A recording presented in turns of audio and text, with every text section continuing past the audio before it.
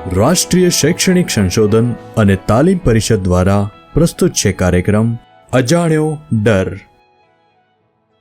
શું વાત છે વંદના, તું પરેશાન લાગી રહી છે? ના માં, એવી તો કઈ વાત નથી. જો નિશા પણ આવી ગઈ. મમ્મી, હું ઓફિસે જાઉં છું. બાય. તારું ધ્યાન રાખજે. હાય વંદના, બધું ઠીક છે ને? હા નિશા, બધું બરાબર છે. વંદના, છેલ્લા થોડા દિવસથી હું જોઈ રહી છું, તું ક્યાંક ખોવાઈ ગઈ હોય એવું લાગે છે. શું થયું? કંઈ પણ નહીં. જો કોઈ સમસ્યા હોય તો તું મને કહી શકે છે. બોલ, આખરે વાત શું છે? મને એવું લાગે છે કે છેલ્લા કેટલાક સમયથી કોઈ મારો પીછો કરી રહ્યું છે. શું? સાચે? હા. કોણ છે અને આવું ક્યારથી ચાલે છે? ખબર નહીં, પણ છેલ્લા 1 મહિનાથી એવું લાગે છે કે હું જ્યાં પણ જાઉં ત્યાં મારી આસપાસ કોઈક હોય છે. હા, ત્યારથી મારા સોશિયલ મીડિયા પર ફેક પ્રોફાઇલ પરથી લાઇક્સ અને અભદ્ર ટિપ્પણીઓ આવવા લાગી છે. પણ આ કોણ કરી શકે છે? ખબર નહીં નિશા, મને તો કંઈ પણ સમજાતું જ નથી. શું હું તારી સોશિયલ મીડિયા પ્રોફાઇલ જોઈ શકું? હા હા, આજો. આટલા બધા નોટિફિકેશન્સ! 1 કલાક પહેલાં નિક 1 2 3 4 5 એ તમારી પોસ્ટ લાઈક કરી. 2 કલાક પહેલાં નિક 1 2 3 4 5 એ પોસ્ટ પર કમેન્ટ કરી. 1 દિવસ પહેલાં નિક 1 2 3 4 5 એ પોસ્ટને લાઈક કરી. 3 દિવસ પહેલાં નિક 1 2 3 4 5 એ પોસ્ટ પર કમેન્ટ કરી.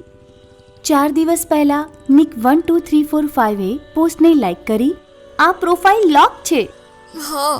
આ લાઇક્સ અને કમેન્ટ્સ છેલ્લા મહિનાથી દરરોજ આવી રહી છે. શું તું 1 મહિના પહેલા ક્યાંય ગઈ હતી? હા, શ્રી વાસ્તવ આંટીના ઘરે પાર્ટીમાં ગઈ હતી.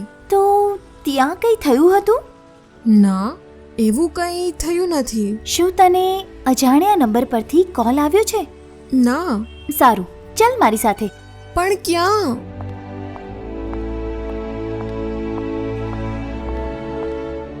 આ છે ખૂબ મોટા વકીલ રવિ કુમારજી. હેલો. હેલો, આવો બેસો. જુઓ, આ સ્ટોકિંગનો મામલો છે. સ્ટોકિંગ અથવા પીછો કરવો એ ભારતીય દંડ સંહિતાની કલમ 354D હેઠળ શિક્ષાપાત્ર ગુનો બને છે.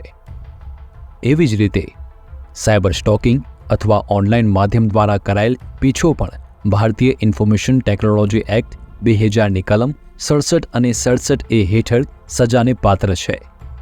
તમારો ફોન બતાવો તો. સરસ picture.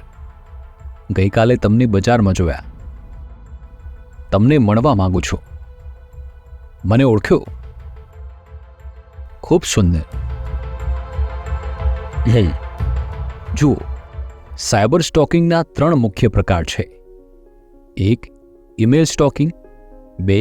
Internet stocking. 3. Computer stocking. અને આપણે તેમનાથી કેવી રીતે સુરક્ષિત રહેવું તે જાણવું તો જોઈએ. હવે મારે આગળ શું કરવું જોઈએ? તમે તમારી ફરિયાદ નજીકના પોલીસ સ્ટેશનમાં નોંધાવો હા. અને કોઈ પણ ડર વિના તેમને તમારી સંપૂર્ણ વાત કહો. આવા ગુનેગારો તમારા મૌનનો ફાયદો ઉઠાવીને પોલીસથી છટકી જાય છે. આ રીતે તેમનું મનોબળ વધે છે અને તમારા જેવા નાગરિકોનો માનસિક તણાવ વધે છે. એ તો છે. અને ધ્યાનમાં રાખો કે સોશિયલ મીડિયા પર તમારી અંગત માહિતી શેર કરશો નહીં. હા. તમારી આસપાસના લોકો અને તેમની પ્રવૃત્તિઓથી વાકેફ રહો. સમય બચાવવા માટે નિર્જન રસ્તાઓ અથવા શોર્ટકટનો ઉપયોગ ના કરશો. સમજાઈ ગયું. ધન્યવાદ. થોડા દિવસો પછી. હેલો. હેલો, નમસ્તે મેડમ. નમસ્તે.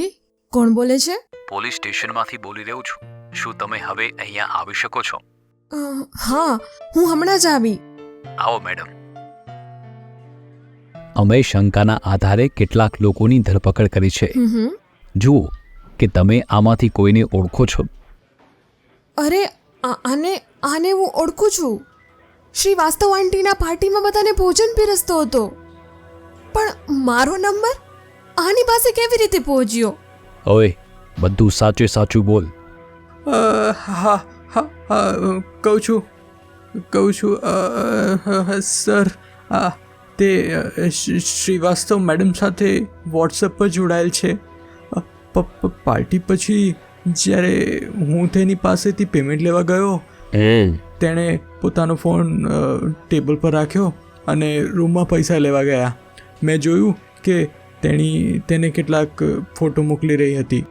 મેં તેને પાર્ટીમાં જોઈ હોવાથી તેને મેં ઓળખી લીધી અને મેડમના ફોન પરથી તેનો નંબર લીધો. તેનું સોશિયલ મીડિયા એકાઉન્ટ આ નંબર સાથે લિંક છે, તેથી જ મેં તેને મેસેજ મોકલવાનું શરૂ કર્યું. સોશિયલ મીડિયાના ફાયદા તો છે, પણ જો સમજદારીપૂર્વક તેનો ઉપયોગ ન કરવામાં આવે તો તેના ગેરફાયદા પણ છે. સંપૂર્ણ કાળજી અને સલામતી સાથે તેનો ઉપયોગ કરવા માટે નીચે આપેલી બાબતોને હંમેશા ધ્યાનમાં રાખો. કોઈ પણ અજાણ્યા વ્યક્તિની મિત્રતાની વિનંતી સ્વીકારશો નહીં.